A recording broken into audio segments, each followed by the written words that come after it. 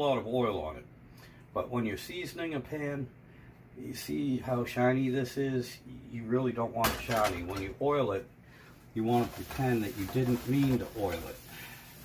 And so, right now, I'm wiping all that oil that I just put on it. I'm wiping it all off. Yep.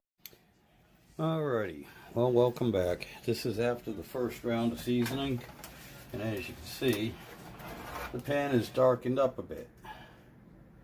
So this is after the third round of seasoning, and this I did over a course of 2 days. But as you can see, the pan has darkened up nicely. Again, this particular pan is one of the worst castings, but it's a very usable pan. It's going to be a good pan, and it's ready to cook with now.